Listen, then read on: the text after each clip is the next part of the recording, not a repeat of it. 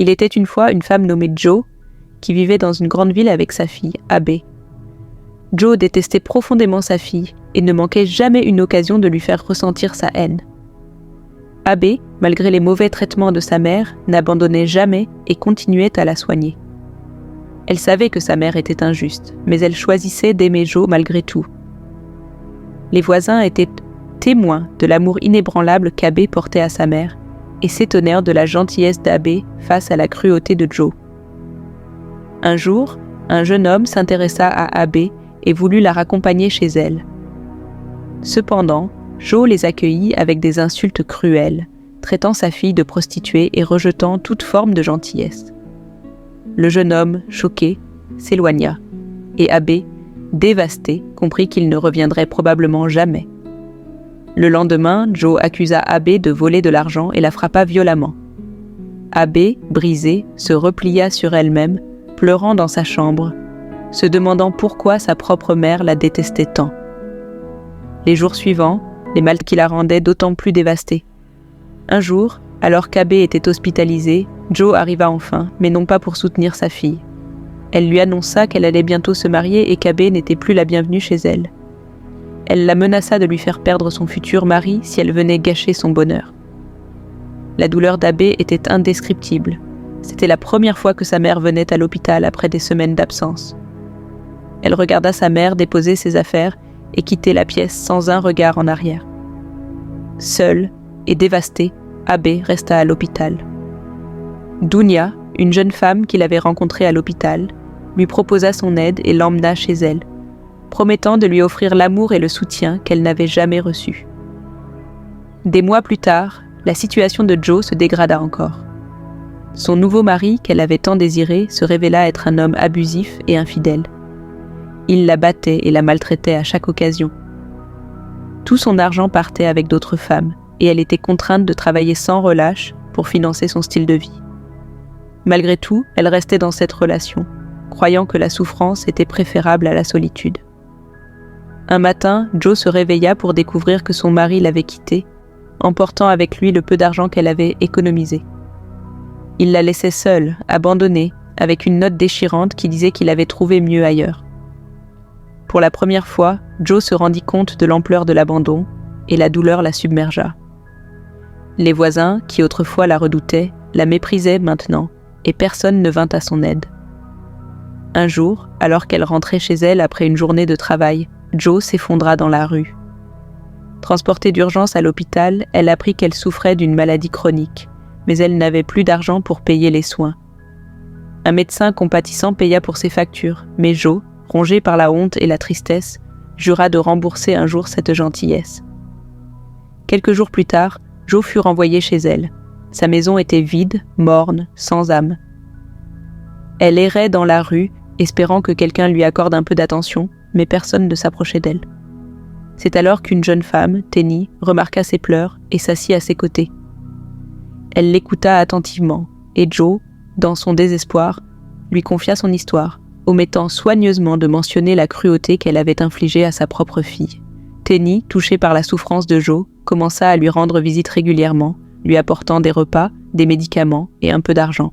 La gentillesse de Tenny apporta une lumière dans le monde sombre de Jo, qui, au fil du temps, commença à comparer Tenny à Abe. « Si ma fille était comme toi, disait-elle souvent, elle serait gentille, respectueuse et attentionnée. » Mais Jo continuait de blâmer sa propre fille pour tout ce qui n'allait pas dans sa vie. Jo, qui regrettait amèrement avoir donné naissance à sa fille Abe, vivait dans un monde rempli de rancune et de douleur. Un jour, alors qu'elle exprimait son mécontentement à Tenny, cette dernière lui conseilla doucement de ne jamais comparer son enfant à quelqu'un d'autre. Elle lui rappela que chaque enfant est unique et que souvent, les actions des parents façonnent le futur de leurs enfants. Mais Jo rejeta son conseil avec mépris, affirmant que sa fille n'était rien comme Tenny. Tenny, déçue par ces mots, décida de quitter Jo, mais alors que celle-ci s'effondrait sur sa chaise, elle fut transportée d'urgence à l'hôpital. Les médecins révélèrent qu'elle avait besoin d'une transplantation cardiaque urgente, mais Jo n'avait pas l'argent pour payer l'intervention. Tenny, ne pouvant supporter l'idée de voir Jo mourir sans aide, chercha des solutions financières. Elle publia l'histoire de Jo sur les réseaux sociaux et contacta des organisations susceptibles de l'aider. Son appel attira l'attention d'une fondation qui accepta de prendre en charge l'intégralité des frais hospitaliers de Joe. Après une chirurgie réussie, Joe se rétablit lentement et l'organisation offrit également une aide mensuelle pour ses dépenses de subsistance. Joe était tellement reconnaissante qu'elle se mit à remercier Tenny sans cesse, lui exprimant son désir de la considérer comme sa propre fille. Tenny, pourtant, lui répondit qu'il serait bon de faire des efforts pour retrouver sa propre fille. Mais Joe, aveuglé par sa rancune, affirma que sa fille était probablement devenue une prostituée, vendant son corps pour de l'argent. Ce que Joe ignorait, c'est que la fondation qui l'avait sauvée était dirigée par sa propre fille, Abe. En effet, Abe avait fondé l'organisation des années auparavant pour aider les femmes abandonnées et maltraitées, comme elle l'avait été. Bien qu'Abe ait souffert du rejet de sa mère, elle s'était secrètement assurée que Joe reçoive toute l'aide dont elle avait besoin, payant ses factures d'hôpital et même offrant une aide mensuelle pour ses frais de subsistance.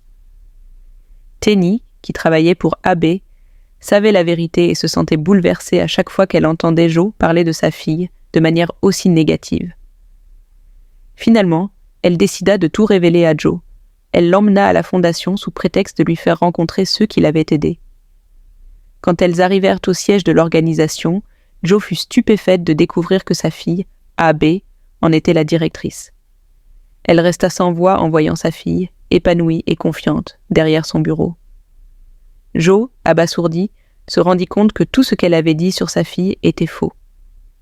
Abe avait non seulement survécu à ses souffrances, mais avait également construit une vie réussie grâce à sa résilience et à son dévouement aux autres. Abe lui expliqua calmement qu'elle lui avait pardonné, mais qu'elle ne pouvait pas oublier ce qu'elle avait vécu. Elle lui offrit son aide, mais refusa de revenir vivre avec elle. Elle lui promit de prendre soin d'elle, mais à distance, car elle avait créé une vie qu'elle ne voulait pas sacrifier. Joe, en larmes, comprit enfin la profondeur de son erreur et se rendit compte que sa fille était devenue une personne bien plus forte et plus généreuse qu'elle ne l'avait jamais été. Même si Abe lui apporta un soutien matériel, Joe savait qu'elle avait perdu la chance de retrouver la relation mère-fille qu'elles auraient pu avoir. L'histoire d'Abe est un témoignage puissant de la résilience et de la compassion. Malgré les souffrances infligées par sa mère, elle choisit de se relever, de construire sa vie et d'aider les autres.